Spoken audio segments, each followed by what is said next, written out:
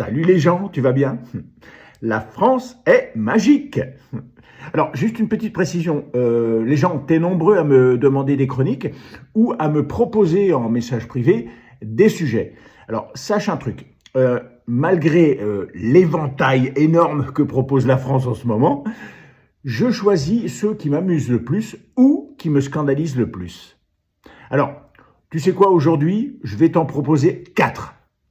Tu vas voir, tu vas te régaler. Alors, le premier, c'est une bonne nouvelle. Nous avons un futur génie en France. En France. Tu sais comment il s'appelle? Il s'appelle Louis Sarkozy. Ouais, futur génie. Écoute bien ce qu'il a proposé. Écoute bien, il a de l'idée, le gars. Et ce qui tue les automobilistes, c'est l'assistanat. Je plaide pour une immense simplification de nos routes, supprimer les feux rouges, les lignes blanches, les panneaux de signalisation, en bref, rendre le citoyen responsable de sa propre conduite au lieu qu'il la délègue intégralement au code de la route. Est-ce qu'on est de plus en plus intelligent? Le QI baisse. On pourrait même instaurer une conduite à gauche, quand on le désire. Ouais, parce que des fois on choisit gauche, droite, on sait pas trop. Là, hop, on se responsabilise, on choisit. Ou alors, voire même, mettre une limitation de vitesse sur les trottinettes. 120 km/h minimum. 100 km/h pour les personnes de plus de 90 ans. Faut se responsabiliser un petit peu. Tiens, une autre idée. Mettre la conduite accompagnée à partir de 6 ans. Bah oui, l'adulte à côté, il se responsabilisera. Louis, t'es un génie. Bon, alors le deuxième sujet, tu t'en doutes bien, je pouvais pas l'éviter. C'est Bribri. Ouais, bah, Brigitte Macron. Ouais, là, elle fait les choux gras de tous les médias en ce moment. Alors, si t'as pas suivi, elle est venue voir un spectacle du comédien Harry Habitant, celui qui avait été soupçonné de viol, mais qui a été blanchi depuis. Et elle venait lui apporter son soutien. Or, pendant le spectacle, il y a eu des activistes féministes qui sont venus essayer de perturber tout ça. Voilà, alors Bribri, elle s'est un peu lâchée dans les couloirs. Hein. Écoute bien. J'ai peur. T'as peur de quoi? De tout. Mais là, tu sais, les sales connes, on va les foutre dehors. Tu crois? C'est ce que j'ai fait hier, moi.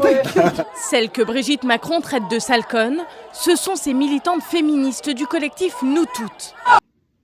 Bah ouais, c'est ça le problème. C'est de tels propos dans la bouche d'une femme de président. Ça la fout mal. Moi, je dis un truc. Faut quand même avoir des sacrées couilles pour faire ça. Hein. Alors, le troisième sujet, je l'adore. Est-ce que tu connais ce monsieur? Il s'appelle Olivier Amran. C'est ni plus ni moins que le président du département de l'Ardèche.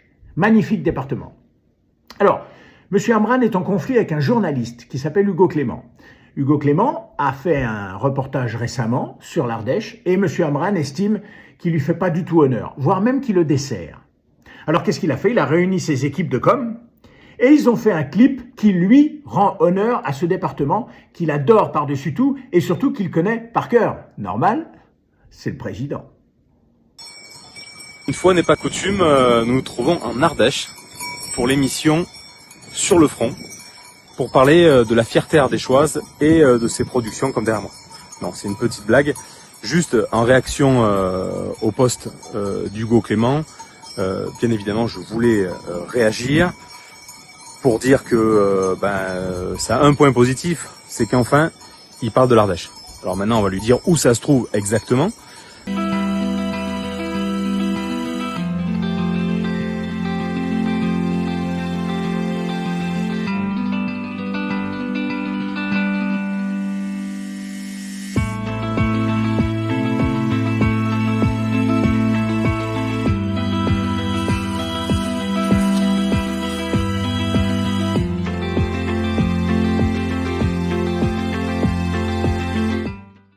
Superbe clip. Ah, ça donne envie d'aller en Ardèche.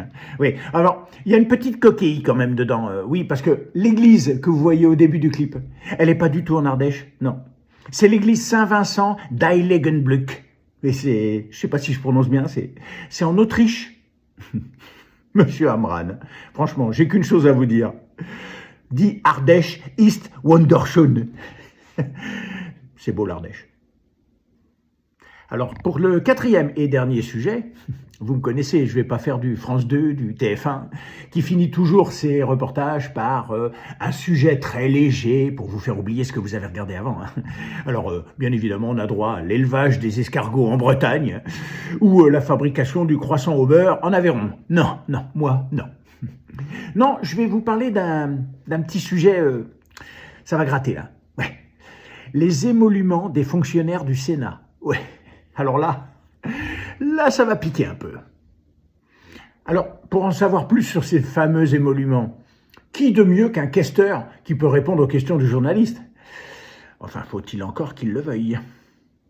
Nous avons obtenu la grille de rémunération des fonctionnaires de l'Assemblée nationale. Nous lui avons montré ce fameux document, en espérant qu'en retour, il nous donne la grille de salaire des fonctionnaires du Sénat, mais visiblement, il refuse. Écoutez, en l'état actuel, nous n'avons pas souhaité publier de grille. Pourquoi l'Assemblée nationale me donne précisément la grille avec tout? L'Assemblée nationale, parce que Et simplement, vous voulez pas? Oh, par respect pour les fonctionnaires du Sénat. Ouais, allez, on va gratter quand même un peu. Attention les gens, hein. Accroche-toi à ton fauteuil. La grille des salaires est similaire à celle de l'Assemblée nationale, où une secrétaire commence à 4 153 € nets par mois et gagne plus de 7 800 € nets en fin de carrière. Les gardiens y sont rémunérés 4 749 € nets par mois en moyenne. Les ouvriers en menuiserie, tapisserie et plomberie, 5 120 €.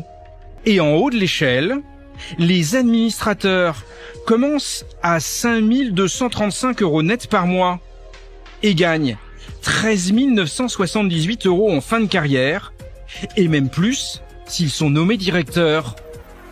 Avec ces salaires élevés, on comprend les réticences du questeur à les dévoiler. Alors quand on dit que la soupe est bonne, hein, mais là on n'est même plus dans la soupe, hein. Là on est au... Mais revenons un peu au questeur.